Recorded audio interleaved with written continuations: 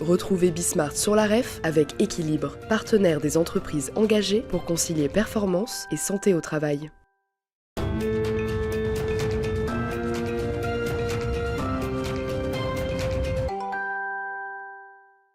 Bonjour à tous, ravi de vous retrouver dans Smart Job, votre émission Emploi RH Management, émission un peu spéciale ici dans les allées de Roland-Garros pour la REF Cru 2025 des dirigeants, des entrepreneurs, des dirigeantes évidemment, pour parler de tous les sujets.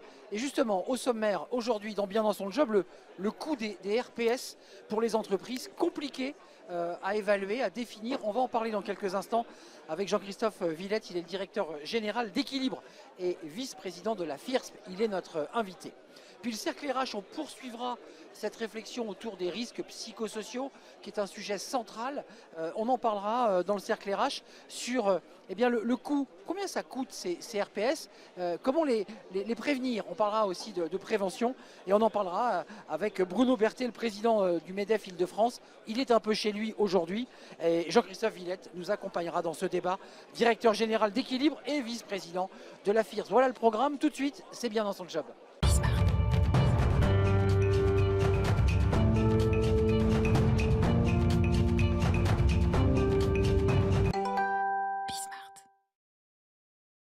Bien dans son job, justement ici à la REF 2025 à Roland-Garros pour parler des risques psychosociaux, non pas de ceux des joueurs de tennis qui sont sous pression, des salariés, des collaborateurs, avec des chiffres alarmants. On en parle avec vous, Jean-Christophe Villette. Bonjour Jean-Christophe. Bonjour Arnaud. Très heureux de vous accueillir. Alors c'est une ambiance particulière, évidemment, on sort de notre studio habituel, directeur général d'Équilibre, et vous êtes le vice-président de la FIRSP.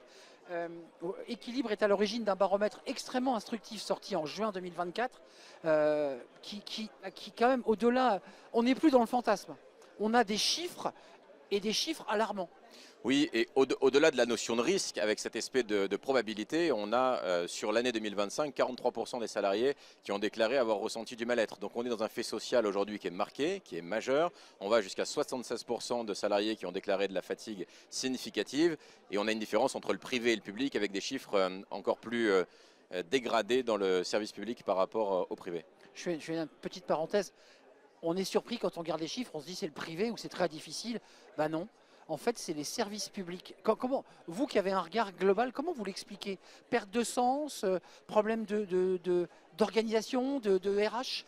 On a identifié, Arnaud, dans l'analyse des causes racines, au-delà de l'inventaire hiérarchisé des pourcentages et des moyennes des indicateurs, trois grandes dimensions causes racines qui sont transverses au privé et au public. C'est la soutenabilité du travail, cognitive, émotionnelle, on pourra en reparler si vous le souhaitez.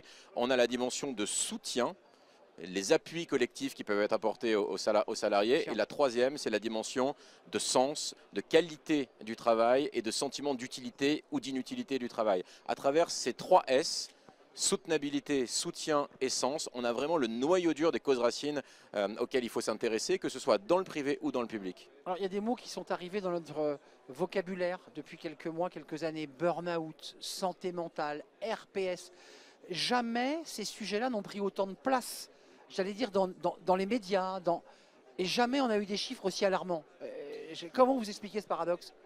Oui, ça n'a jamais pris autant de place et on a des chiffres alarmants pour plusieurs raisons. La première raison, c'est que la mobilisation pour faire face à ces sujets n'est pas adaptée à la hauteur des enjeux. Déjà, il faut être en capacité de pouvoir prendre en compte les enjeux, il faut être en capacité d'avoir des indicateurs de retour sur investissement qui sont défaillants aujourd'hui ou qui sont inexistants. Le coût direct, les coûts cachés, c'est extrêmement compliqué à mesurer. Alors on a quand même des données aujourd'hui sur lesquelles on peut s'appuyer, notamment l'Institut Sapiens qui avait mis en avant 108 milliards en lien avec l'absentéisme. Mais l'absentéisme, les risques psychosociaux, c'est pas tout à fait la même chose. Donc il faut pouvoir définir de quoi on parle et travailler sur la définition précise des indicateurs qu'on souhaite mesurer. Mais vous qui accompagnez les entreprises, vous qui travaillez sur ce sujet avec, je dirais, d'une manière presque scientifique, est-ce que vous avez le sentiment que les COMEX ont bien pris l'ampleur du danger? Pas suffisamment. Alors, est-ce que les COMEX vont intégrer la prise en compte de ce sujet? Oui, mais aujourd'hui, on a besoin de dépasser la sphère RH, on a besoin d'intégrer les discussions sur la prévention des risques, mais j'ai envie d'aller au-delà, sur la santé organisationnelle, sur celle qui, à un moment donné, peut atteindre le capital immatériels ou les capitaux immatériels de l'entreprise. Et ça ne peut être qu'un sujet RH. Les RH ne peuvent le résoudre seuls. Et j'ai envie de m'adresser d'abord aux dirigeants aujourd'hui sur la prise en compte de ce sujet et sur passer d'une démarche de prévention des risques à une démarche stratégique de santé organisationnelle. Donc vous franchissez une étape supplémentaire. Est-ce qu'il n'y a pas aussi un enjeu managérial? Est-ce que les managers n'ont pas un rôle à jouer? On voit aujourd'hui des études qui montrent des Français qui disent je veux quitter l'entreprise pour devenir indépendant parce que je ne supporte plus mon manager, parce que la pression est trop forte dans l'entreprise. Oui, on peut faire aussi référence au rapport IGAS qui mettait en avant les difficultés du management à la française. Maintenant, les managers dans les résultats du baromètre sont aussi les plus concernés par la dégradation des indicateurs en termes de mal-être, en termes de Il ne faut santé. pas leur jeter la pierre, eux aussi sont sous pression. Il faut, un, comprendre leur activité, Ouais. deux, les aider et pouvoir orienter des formations managériales qui reposent sur la réponse aux causes racines. La soutenabilité cognitive et émotionnelle du travail, c'est-à-dire aller au-delà de la prescription pour s'intéresser à l'activité réelle dans son management, l'appui que l'on peut apporter par l'animation des collectifs, la reconnaissance que l'on peut porter, la diffusion de l'information et l'écoute au plus près du travail réel, et puis s'impliquer pour donner du sens en lien avec l'activité. 3 axes à intégrer dans les formations managériales. Une formation managériale, une action managériale qui n'intègre pas ces 3 axes, elle est à côté du sujet. Et tiens, si on en débattait avec le président du Avec MEDEF grand plaisir. Île-de-France, ça c'est un sujet intéressant, c'est le cercle RH, c'est le débat de Smart Job, justement pour rester sur ces enjeux RPS, risques psychosociaux, je dirais des manques de sommeil et la fatigue en allant jusqu'au burn-out, parfois même jusqu'au suicide, qui sont des sujets évidemment centraux. On en parle tout de suite, c'est le cercle RH, le débat de Smart Job.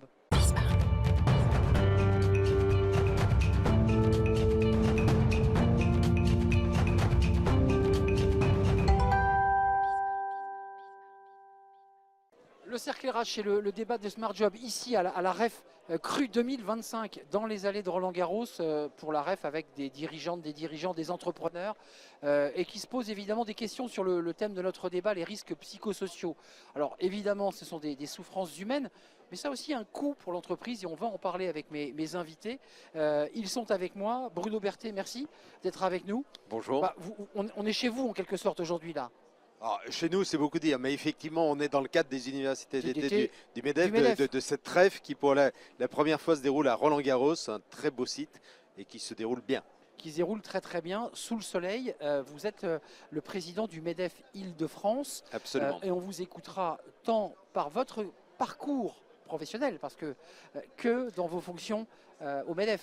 Absolument. Je suis aussi chef d'entreprise en dehors des responsabilités au MEDEF. Absolument. Et puis avec nous, Jean-Christophe Villette. Bonjour Jean-Christophe. Bonjour Arnaud. Directeur général d'Équilibre et vous êtes vice-président de la FIRSP. D'abord un petit mot sur Équilibre. En quelques mots, c'est quoi? Qu'est-ce que vous faites chez Équilibre? Équilibre, on est expert de l'accompagnement de la santé au travail et de la santé du travail. Et j'insiste vraiment sur cette complémentarité pour à la fois être en capacité d'accompagner les dynamiques individuelles, mais surtout les éléments structurels du travail. Et on en a besoin au regard notamment du sujet dont on parle aujourd'hui. Alors, Bruno Berthet, je me tourne vers vous. Alors, on est aux universités du MEDEF, on parle de grands sujets. François Bayrou était à quelques mètres de là pour faire un diagnostic de l'état de notre pays. Faisons un diagnostic de l'état de nos entreprises et des salariés qui y vivent. Quand vous avez démarré votre carrière, on ne parlait pas des RPS. Ça n'existait pas. Alors, en tout cas, on n'en parlait pas comme ça et le risque associé au RPS était probablement vu de manière totalement différente. La société a beaucoup évolué, donc des fondamentaux restent les mêmes. Le travail, c'est bien sûr un facteur d'émancipation, c'est un facteur de promotion, c'est un facteur d'intégration. Tout ça, c'est très positif. Il y a aussi, malgré tout, un certain nombre de risques qui correspondent et qui aujourd'hui doivent être mieux appréhendés, mieux traités. Je pense que dans les dernières années, mais on va en reparler, bien entendu, la crise sanitaire que nous avons tous traversée a modifié un certain nombre d'éléments comportementaux. Ces modifications, aujourd'hui, n'ont probablement pas toutes été ingérées dans les entreprises. Et donc, c'est un facteur supplémentaire sur ces éléments de RPS qu'on peut voir. Un mot sur votre baromètre, vous l'évoquiez, mais baromètre porté par Équilibre, où les chiffres sont mauvais, il y a de la souffrance au travail. Malgré tous les effets positifs et utiles d'exercer un emploi, d'avoir un emploi, de dignité, d'émancipation, on a aussi des collaborateurs dans votre baromètre qui disent souffrir, peiner, fatiguer au travail. Oui, c'était pas l'objectif initial du baromètre d'être dans une dynamique catastrophiste. C'était pas ce sujet-là. Le sujet était de pouvoir constater si le paradoxe que l'on constate chez nos clients, sur le terrain, dans les échanges, c'est-à-dire globalement le sentiment à travers des indicateurs très macro de satisfaction que globalement ça va plutôt bien, et en réalité ne pas comprendre un certain nombre de problématiques sur l'attractivité, sur les conflits au sein de l'organisation du climat social et des difficultés globales de management. Et ce que révèle ce baromètre, c'est un paradoxe entre la capacité dans le même temps d'exprimer plutôt une satisfaction globale en lien avec son entreprise, en lien avec son travail, notamment influencé par 2-3 variables clés qui est la qualité de la relation avec les collègues, et dans le même temps on a 43% des personnes qui expriment au cours des 6 derniers mois, c'est-à-dire entre janvier et juin 2025, du mal-être en lien avec leur travail. Et ce paradoxe, je pense que ça doit être le point de départ d'une discussion en comité de direction, en instance de gouvernance, parce que ne pas le comprendre, c'est peut-être laisser s'installer dans l'invisibilité du capital de l'entreprise, à un moment donné, eh bien, une perte de productivité significative. Qu'est-ce que vous en pensez, Bruno Berthet? Est-ce que les COMEX, est-ce que les dirigeants ont dans leur scope ces enjeux de RPS? Parce qu'ils ont, et dans leur scope aujourd'hui, vu le contexte, des enjeux de finance, des enjeux de stratégie, peut-être même de réduction d'effectifs parfois. Est-ce qu'ils ont bien intégré que les RPS étaient une clé aussi de productivité et de maintien de leurs collaborateurs? C'est une excellente question qui, bien sûr, n'a pas de réponse univoque. Ça dépendra beaucoup des entreprises, de la culture d'entreprise et aussi des individus qui composent le COMEX. Donc il n'y a pas de réponse unique. Néanmoins, je crois que la perception de l'importance de ces sujets aujourd'hui fait jour. Parce qu'il y a effectivement un sujet de RPS au sein de beaucoup d'entreprises. Des RPS qui sont liés à l'entreprise, mais également d'importation de sujets externes à l'entreprise au travers des salariés. Le climat actuel, par exemple, peut contribuer à accentuer un mal-être. Le climat anxiogène un peu généralisé, lié à une situation géostratégique, lié à différents sujets politiques, en fait, sont importés au sein de l'entreprise. Les Français font, et ça c'est très positif, de plus en plus confiance à l'entreprise, souvent à leur cadre, pour les accompagner sur beaucoup de facteurs. Et finalement, dans la plupart des cas, ils n'ont plus beaucoup d'autres endroits en dehors de l'entreprise pour déverser des mal-être qui peuvent s'accumuler. Je ne suis pas en train de dire que le travail lui-même, l'entreprise, ne peut pas générer des facteurs supplémentaires.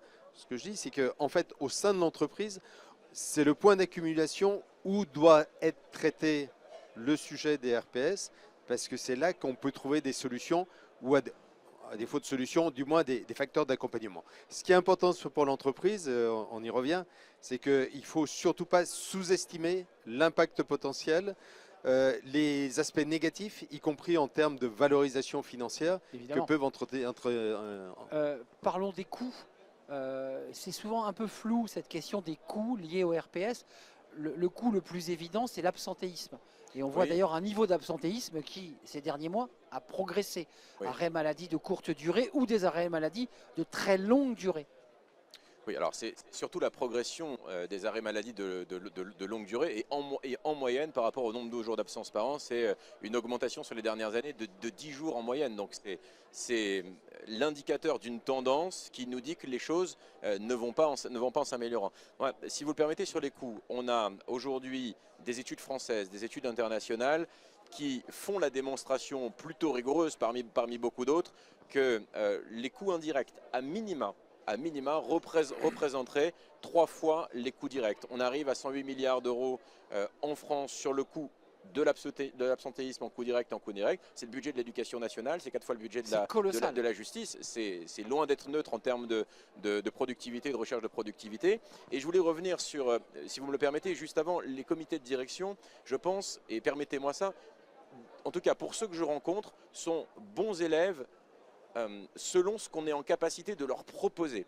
Et mon diagnostic aujourd'hui, c'est que dans la proposition de valeur pour faire face à ces phénomènes complexes que sont les risques psychosociaux et la façon dont ils sont en train de s'affuser dans l'organisation, on manque de propositions à la hauteur des enjeux. On est, à mon avis, aujourd'hui dans un déficit des mesures de prévention, non pas par absence de volonté d'y aller, mais dans une application assez scolaire, assez technique, d'une réponse qu'il faudrait différente. Et quand je pose la question dans le baromètre. J'ai un quart des salariés qui disent ne pas avoir été formés uniquement aux risques psychosociaux. J'ai la moitié des salariés qui pensent que leur entreprise n'agit pas concrètement, mais il faut donner plus de sens à la mise en mouvement et notamment apporter des indicateurs complémentaires aux indicateurs de climat sociaux en indiquant des éléments financiers en lien avec l'absentéisme, en lien avec la TMP, en lien avec le turnover. Et ça, ça nécessite de mettre toutes les instances dirigeantes autour de la table. Sans pointer du doigt, alors que vous nous invitez ici à la REF, je dirais le management à la française, qui est souvent pointé et opposé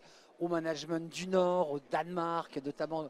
Est-ce qu'on a un problème dans la manière de manager nos équipes et qui pourrait être une des raisons, parce qu'on cherche à comprendre de ces salariés qui sont en mal-être, pour ne pas dire en très grande souffrance.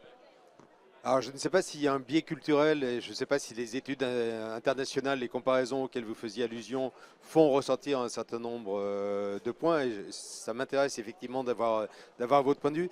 Je ne peux que rajouter effectivement que pour un COMEX, traiter un sujet qui n'a pas de solution ou en tout cas sur lesquels on ne voit pas comment améliorer la situation, c'est quasiment infaisable.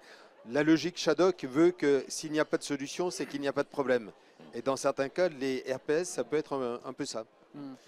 Ça, c'est terrible ce qu'on entend, parce que oui, mais c'est important on met sous le tapis, parce qu'en fait, globalement, on ne sait pas trop comment le prendre. Hop, on le glisse sous le tapis. Mais je reviens sur ce que je disais. Il y a un vrai sujet de trouver l'alignement pour s'adresser au COMEX. Étape 1. Les éléments fondamentaux académiques que l'on connaît, c'est-à-dire mettre en place un diagnostic adapté, mobiliser la gouvernance autour d'une politique sur le sujet, former à minima sur les fondamentaux, les managers sensibilisés. Mais une fois, donc déjà, on peut faire le bilan de ces pratiques fondamentales et des pratiques de conformité listées dans le Code du travail. Donc j'encourage un audit de fiabilité des mesures à minima qu'on doit mettre en œuvre sur le sujet. Et une fois qu'on en est là, pouvoir aller analyser les causes racines au-delà de ce qui est visible pour pouvoir avoir une mesure de niveau stratégique au regard des impacts dont on est en train de parler. Un diagnostic, une photographie, puis ensuite des mesures adaptées. Est-ce qu'il ne faut pas aller un peu plus loin avant de mettre un feu rouge quand il y a un accident? Est-ce qu'on peut pas prévenir le conducteur, c'est-à-dire faire de la prévention pour éviter l'accident justement? Si, bien sûr, c'est tout l'enjeu, c'est qu'il n'y ait pas d'accident. Ben oui. C'est une question de sécurité, donc la sécurité au travail, ça est présente sur pas mal d'axes différents. Certains axes sont bien traités maintenant, généralement bien traités dans la plupart des entreprises. C'est vrai que cet axe-là est un peu plus immatériel, souvent un peu plus invisible, et donc il y a une évolution culturelle à accompagner. Et ça, je crois que c'est un vrai enjeu important, probablement pas qu'une évolution du domaine des RH, une évolution plus générale. Transversale, mais quand même, on l'évoquait tout à l'heure, sans faire de catastrophisme, on voit une augmentation du nombre de cas de burn-out, on voit des cas de dépression nerveuse de plus en plus forts. Y compris au sein des instances dirigeantes. Et chez les dirigeants et les managers, ne leur jetons pas la pierre. Ça aussi, c'est un coût caché, c'est un coût induit pour la collectivité, nos finances publiques, c'est un coût tout ça. Bien évidemment, je fais le bilan des interventions, les dernières interventions de 2025 dans lesquelles j'ai pu intervenir au sein d'instances dirigeantes. Et le tour de table à la fin, je le trouve intéressant. Le tour de table à la fin, c'est ma représentation, ma compréhension du sujet après votre intervention n'est plus la même. Je reste fidèle à ma représentation initiale selon laquelle on ne peut pas porter toutes les causes de ce sujet. En revanche, je comprends qu'on fait obligatoirement partie de la solution. Et ce point dont vous soulignez, c'est-à-dire quelles sont les solutions, elles existent aujourd'hui. Après, il faut choisir les bons partenaires pour être accompagné sur le sujet. Il y a quand même un sujet qui est posé derrière tout cela et qui est un peu philosophique, c'est notre rapport, et vous l'évoquiez en introduction, notre rapport au travail qui a changé depuis 50 ans, et ce qui oblige malgré tout les dirigeants, les managers à s'adapter. On parle beaucoup de télétravail, on parle beaucoup de flexibilité, et effectivement le Covid a accéléré ces processus. Est-ce qu'on s'adapte ou est-ce que l'on est en train de durcir, qui vient provoquer des souffrances, de la fatigue, de l'épuisement professionnel? C'est une excellente question qu'on peut même probablement globaliser en disant qu'il y a un lien sur quelle est la place du travail dans notre société. Exact. Cette place, elle a probablement beaucoup évolué au cours des 10 ou des 20 dernières années. La question fondamentale pour notre société, est-ce que nous voulons continuer dans cette évolution ou est-ce qu'on se rend compte qu'aujourd'hui, cette évolution conduit à des travers qui sont difficilement traitables, par exemple des travers financiers de dette de l'État, et qu'il faut quelque part réhabiliter la fonction travail. Je ne suis pas en train de dire qu'en réhabilitant le travail dans l'écosystème global, on va résoudre les RPS, mais en tout cas, on les aborderait probablement de manière un petit peu différente. Donc oui, il y a vraiment des sujets sociétaux derrière la question que vous posez. Quelle est votre analyse, vous, de votre côté, qui avez un cabinet équilibre et qui accompagnait les dirigeants, les organisations? D'où vient la source profonde de ce mal-être ou de ce mal? Ça vient d'où? Je pense que les entreprises peuvent constituer, dans ce mal-être global, ce n'est pas que le mal-être au travail qu'on observe à travers les différentes études, peuvent constituer un repère, des repères et des repères fondamentaux. Parce que quand on regarde le niveau de mobilisation en matière d'environnement de travail, en matière de qualité des relations, enfin, l'ensemble des mesures qui méritent d'être complétées, mais encore faut-il savoir comment, c'est le sujet que vous posiez. On a au sein de l'entreprise, en France en tout cas, ou des entreprises en France, un certain nombre de mesures qui font de l'entreprise plutôt un ensemble de repères protecteurs que l'inverse. Néanmoins, dans ce rapport à l'autre, dans ce rapport au travail, dans l'exigence que l'on peut avoir de l'équilibre entre les temps du travail et les temps personnels, il y a un besoin de dialogue plus important pour se comprendre. L'évolution des besoins, l'évolution de la société va beaucoup plus vite que la capacité d'un certain nombre d'organisations de s'y adapter. Donc, développer l'agilité et développer l'écoute au cœur de cette agilité, dans un cadre qu'il faut pouvoir partager de façon extrêmement claire, avec une orientation, avec une direction, avec une politique claire pour embarquer, sont des axes à mettre en œuvre. C'est l'œuf et la poule, hein, ce que vous évoquez, parce que j'entends d'un côté, les collaborateurs doivent aussi s'adapter au travail pour créer de la richesse, de la valeur, réduire notre dette, et de l'autre, on entend un autre discours qui dit c'est aussi aux entreprises de s'adapter, je dirais, j'allais dire, désir, le mot est un peu fort, mais au desiderata des collaborateurs. C'est l'œuf et la poule qui s'adapte à qui là? C'est l'œuf et la poule, et c'est bien un sujet sociétal. Comment est-ce qu'on réussit tous ensemble à construire une société? Les salariés finalement trouvent que l'entreprise est un lieu dans lequel ils ont confiance, dans lequel ils sont bien, et c'est également le lieu dans lequel les RPS se concrétisent. Donc c'est bien l'œuf et la poule, mais finalement la poule continue à pondre. Juste vous qui êtes confronté aux dirigeants, vous posez le diagnostic, vous ouvrez les chakras, on vous dit je ne suis plus le même après vous avoir entendu. Et qu'est-ce qu'on déploie derrière? Qu'est-ce qu'ils mettent en place?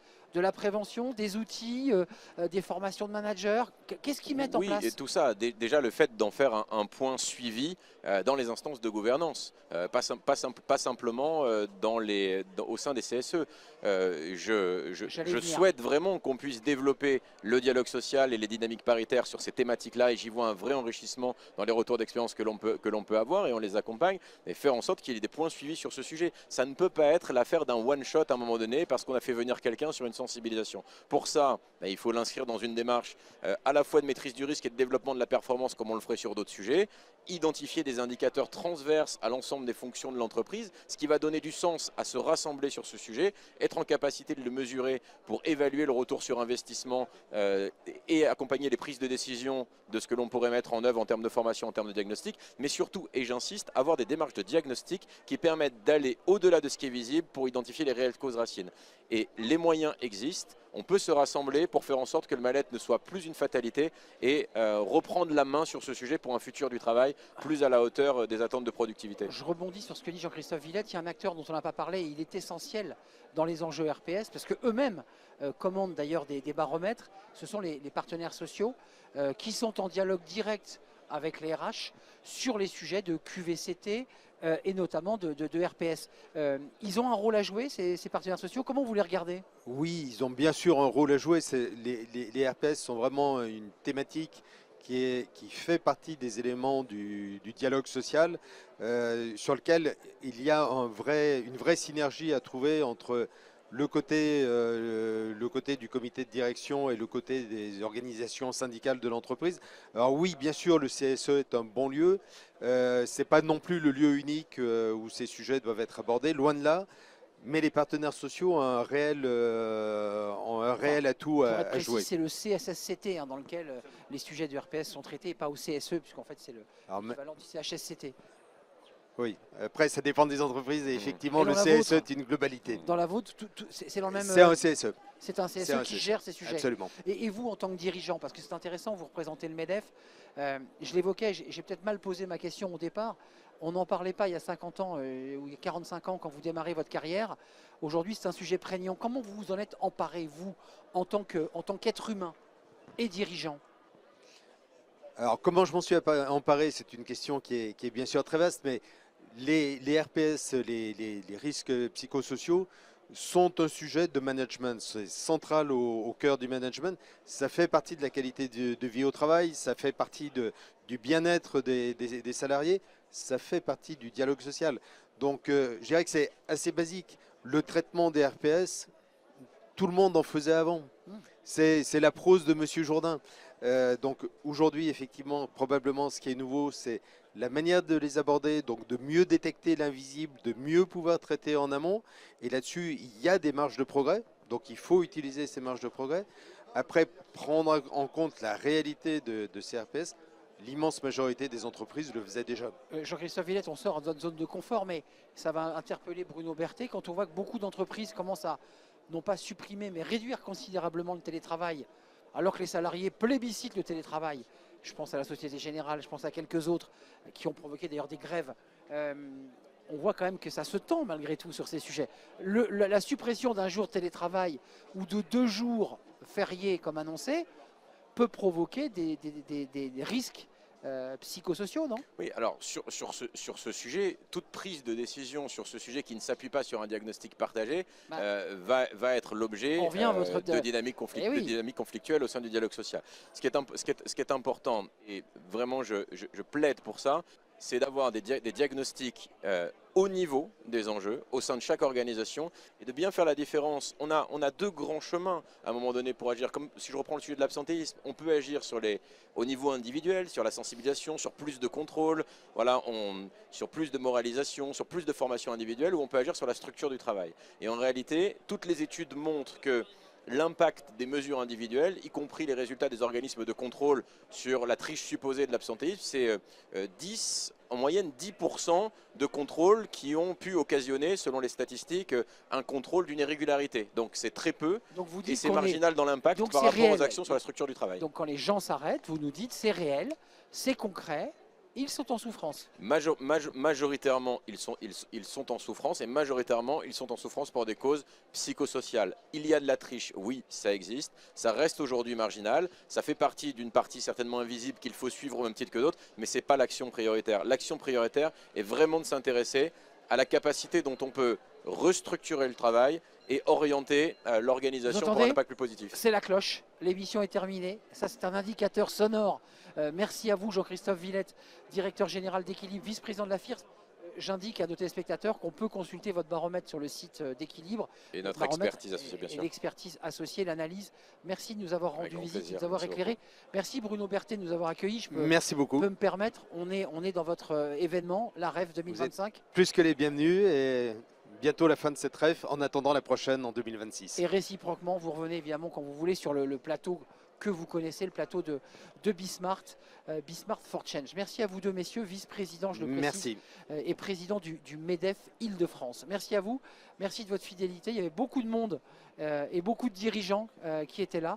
Je vous dis à très très bientôt, évidemment. Merci pour votre fidélité.